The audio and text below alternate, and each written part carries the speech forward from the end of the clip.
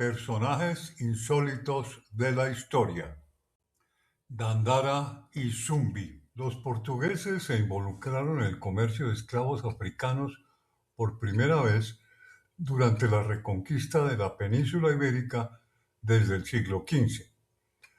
Mucho antes de la colonización de Brasil, Portugal ganó derechos exclusivos para el trato de esclavos en África gracias a las bulas del Papa Nicolás V, que le autorizaba a conquistar sarracenos y paganos y consignarlos a una esclavitud indefinida.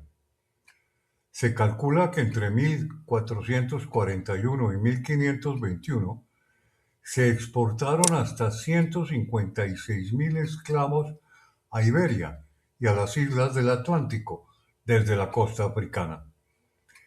El comercio pasó de Europa a América como destino principal de los esclavos alrededor del año 1518.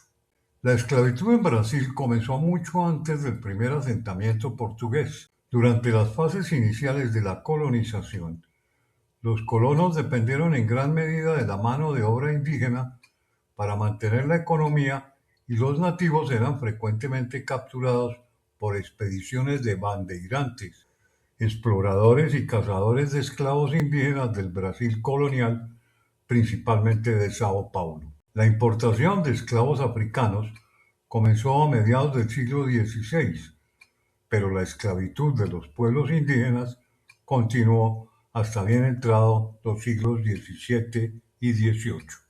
Durante la época del comercio transatlántico de esclavos, Brasil importó más africanos que ningún otro país del mundo.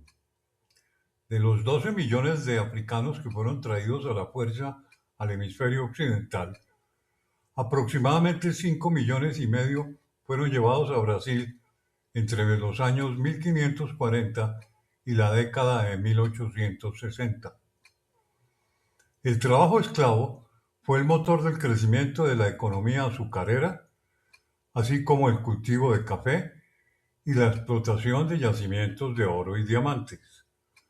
No obstante, la esclavitud enfrentó una constante resistencia de los esclavizados, quienes formaron comunidades autónomas conocidas como quilombos, término que procede de la lengua bantú y significa urbanización.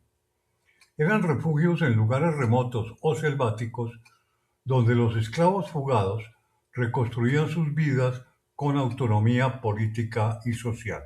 El más famoso fue el Quilombo de los Palmares, en la Serra da Barriga, en el actual estado de Alagoas, Brasil, en el siglo XVII, que funcionó como una confederación independiente de mocambos, es decir, aldeas, con una población de hasta 30.000 personas. Fundado por Ganga, que significa señor, Zumba, nacido alrededor de 1630 en el Congo, hijo de una princesa guerrera llamada Aqualtune, quien en 1665 lideró un ejército de 10.000 hombres y mujeres del Congo en la batalla de Mbuila. La batalla se originó porque el rey del Congo se negó a ceder las minas de cobre a los portugueses. Las fuerzas portuguesas ganaron la batalla, causando la muerte de más de 3.000 hombres. También capturaron al rey, a quien finalmente decapitaron. Sus dos hijos, entre ellos Ganga Zumba, una hija, varios funcionarios de la corte y dignatarios, más de 400 nobles, y la madre de Ganga Zumba, Aqualtune, fueron embarcados y vendidos como esclavos en América. Ganga Zumba, su hermano y su hermana fueron esclavizados en la plantación de Santa Rita, en la capitanía de Pernambuco, en lo que hoy es el noreste de Brasil, mientras su madre fue transportada al puerto de Recife, donde fue comprada como esclava reproductiva. Ganga Zumba, junto con otros esclavos, logró escapar de la plantación y llegar a Palmares, donde se establecieron, llegando a ser elegido rey de Palmares por los líderes de los mocambos que la conformaban. Para la década de 1670, Ganga Zumba contaba con un palacio, 3 esposas, guardias, ministros y súbditos devotos en su complejo real llamado Macaco. En dicho complejo también vivían su familia, guardias y funcionarios, todos ellos considerados de la realeza. Gozaba del respeto de un monarca y del honor de un señor.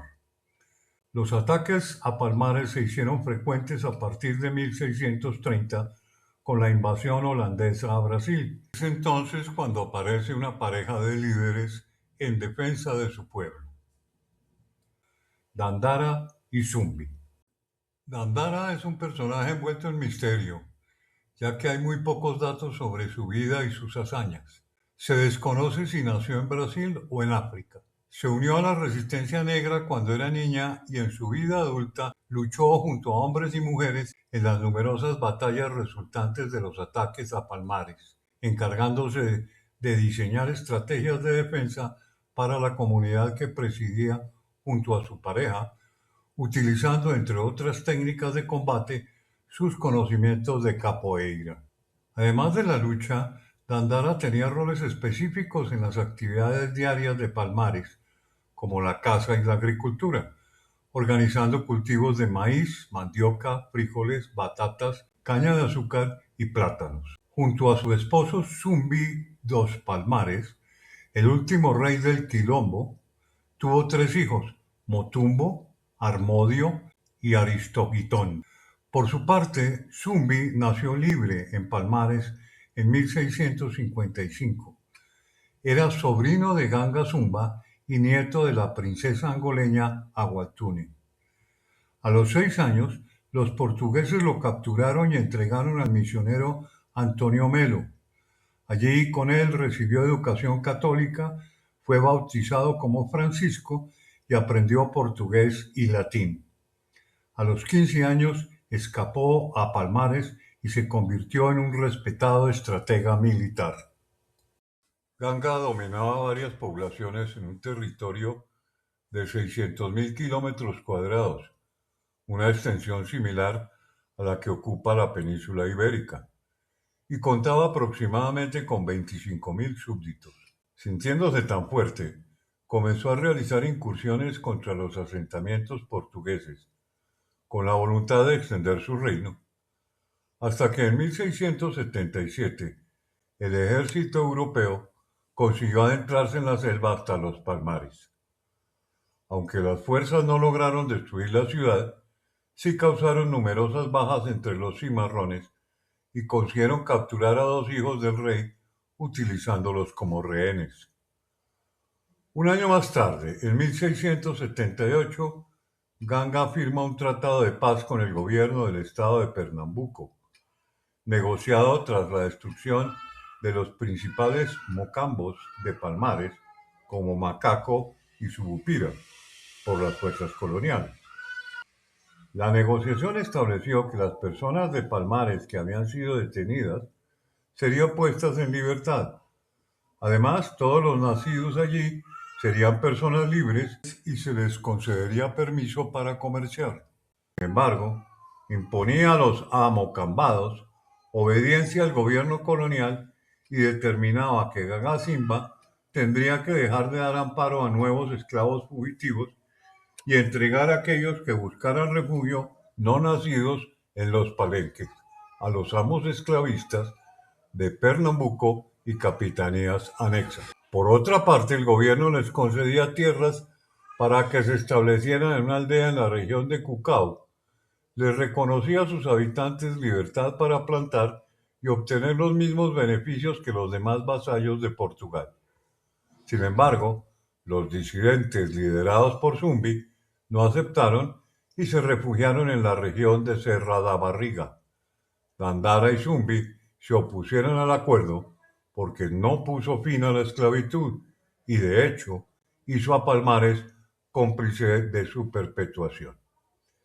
El convenio no duró demasiado, menos de 2 años. Ganga Zumba fue envenenado.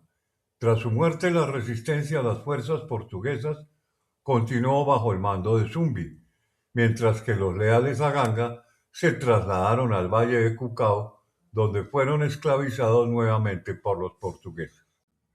15 años después de que Zumbi tomara el mando, sus guerreros atacaron Recife. Al final, los portugueses lanzaron un gran ataque. Los palmarinos no pudieron resistirse. El 6 de febrero de 1694, tras 67 años de guerra, los portugueses destruyeron el Quilombo. Zumbi resultó herido, pero lideró la resistencia 2 años más. Un traidor reveló su escondite. Lo capturaron y decapitaron el 20 de noviembre de 1695. Los portugueses exhibieron su cabeza en Recife, pero los esclavos africanos siguieron luchando otros 100 años. Su acción fue considerada un acto de heroísmo y el Quilombo dos Palmares fue convertido en un importante símbolo de la resistencia a la esclavitud. El aniversario de la muerte del legendario último líder del Quilombo dos Palmares es ahora fiesta nacional. El Día de la Conciencia Negra se celebra en todo Brasil y Zumbi dos Palmares se convirtió en un mito y héroe nacional del movimiento afrobrasileño de derechos humanos. Dandara, por su parte, estuvo al frente de todas las batallas, compartiendo con su marido todo lo vivido y sufrido. Tras ser arrestada, se suicidó el 6 de febrero de 1694, arrojándose desde una cantera al abismo porque no podía soportar la idea de volver a la esclavitud. Ella representa el papel clave de las mujeres en la resistencia esclava. El 24 de abril de 2019 se inscribió su nombre en el libro de los héroes y heroínas de la patria, depositado en el Panteón de la Patria y de la Libertad en Brasilia. No fue hasta el 13 de mayo de 1888, más de 200 años después de la muerte de Dandara y Zumbi, que la princesa heredera Isabel, hija mayor del emperador Pedro II de Brasil, firmó la Ley Áurea, sellando el fin de la esclavitud como último país en hacerlo en el hemisferio occidental.